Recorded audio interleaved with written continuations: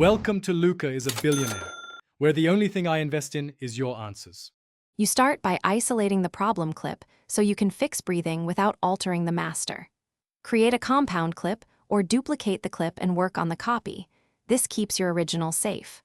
Once done, confirm timeline frame rate and set playback to full or half resolution to judge real behavior. Make sure you use a representative frame range with motion so you see the breathing artifact. Now move directly into the color page, where the lens correction and retime tools live. You next reduce perceived breathing by stabilizing and matching subject position. If camera motion makes breathing worse, apply mild stabilization using position and zoom only. Avoid oversmoothing. Once motion is controlled, go to the color page and add a window around the subject, then track to lock that area.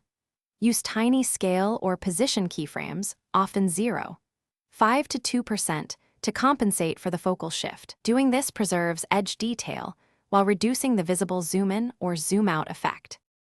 You finish by smoothing surviving breathing artifacts and exporting a test. Use the edit page retime or speed ramping to subtly shift problematic frames.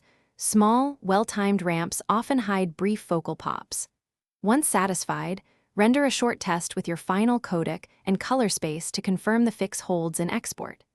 If you still see breathing, apply a very shallow Gaussian blur to the subject edge, or, if possible, reshoot with a longer lens or smaller aperture.